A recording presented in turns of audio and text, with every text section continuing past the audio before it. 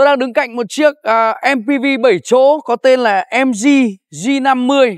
Đây là một chiếc xe hoàn toàn mới ở phân khúc này tại Việt Nam, bên cạnh những chiếc như là Xpander hay là Toyota Veloz Cross mà chúng ta đã gặp.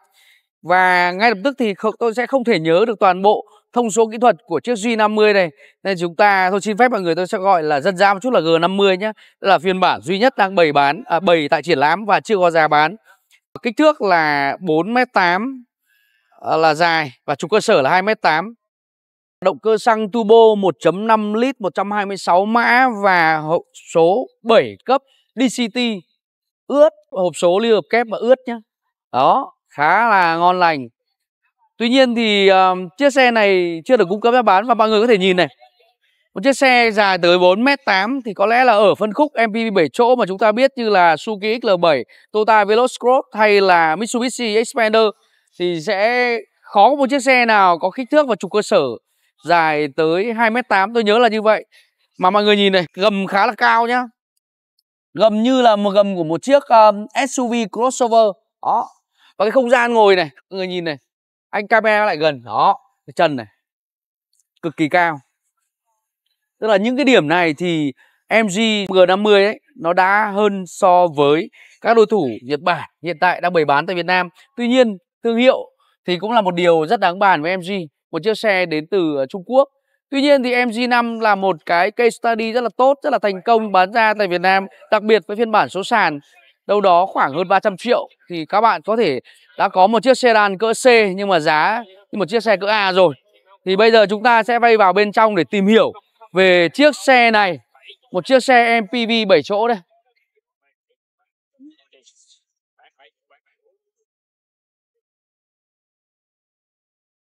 Thực sự là tôi rất quan tâm chiếc xe này bởi vì phân khúc MPV 7 chỗ đang rất nóng bỏng tại Việt Nam. Và nếu như thêm có một tân binh giá tốt nữa thì người tiêu dùng lại được hưởng lợi. Và chúng ta sẽ cùng tìm hiểu không gian bên trong. Có lẽ là chúng ta cũng đã có nhiều thời gian quan sát những chiếc xe đối thủ Nhật Bản tôi vừa giới thiệu thì đây là một cái không gian mà cái việc sắp đặt, cái độ hoàn thiện tôi đánh giá là tốt so với các đối thủ. Ví dụ như cái vô lăng đi cắt này đã có cả lẫy chuyển số.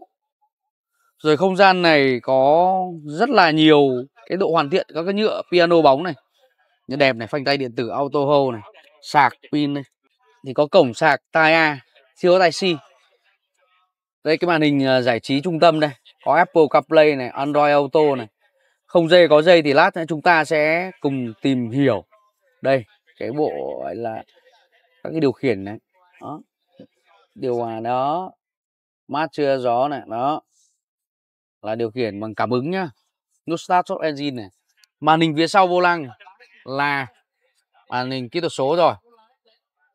Cái độ hoàn thiện này, tôi sẽ nghe tiếng đóng cửa này. Tất nhiên là cũng không ok cho lắm đâu.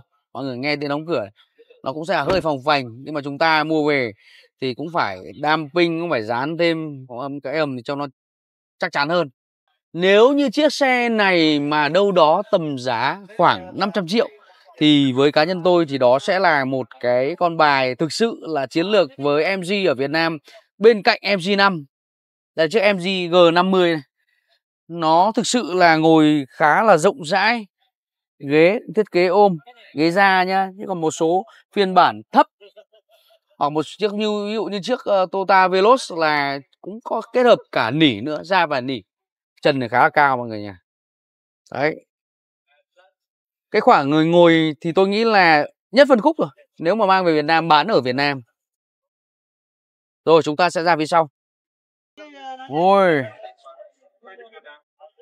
Đây là hộc để đồ này. Lưng ghế da này, điều hòa này. Đó, điều hòa nhá. Đấy, điều khiển này. Thì cái phím điều khiển nó sẽ thay vì những chiếc xe Nhật họ sẽ đặt ở đây, cả một cái gian như này, trông rất là không được đẹp mắt. Thì ở đây họ đã chuyển ở đây rất là gọn gàng, đẹp mắt và điều khiển ở dưới này. Tất nhiên là ở phía hơi tiếc là không có cổng sạc tai suy. Ở ghế thứ hai thì ngồi cũng có cả bệ tì tay này. Nhưng mà mình dùng hàng ghế thứ hai như này. Đó, ghế ra. Và chúng ta sẽ ra hàng ghế thứ ba và ngồi ở vị trí này nhá, cực kỳ là thoải mái. Cao, mọi người thấy nhìn được, cực kỳ cao. Khó có một chiếc xe nào cao như này. Mọi người có thể lại gần này. Khi mà chúng ta không sử dụng hàng ghế thứ ba, và không gian để thênh thang cực kỳ rộng rãi luôn. Và nếu hàng ghế thứ ba bạn dâng lên đây, thì cái phần này cũng khá là rộng nhé, khá là rộng. Tôi có thể để đồ vào đây mọi người nhìn nào. Những cái đồ mà chúng ta sẽ đặt vào đây, ví dụ như này. Đây. Đó. Sẽ được có một khoảng ba cái vali hoặc cái ba lô nhỏ, hoặc để các xếp tầng như này. Phía dưới đây, thậm chí cái không gian để đồ của chiếc xe này còn rộng hơn cả Veloz này, Xpander phần này. Cái phần mà chúng ta cần chẳng buộc hoặc là để cái bộ dụng cụ này bên này nữa. Đây, cái phần là tháo lốp dự phòng.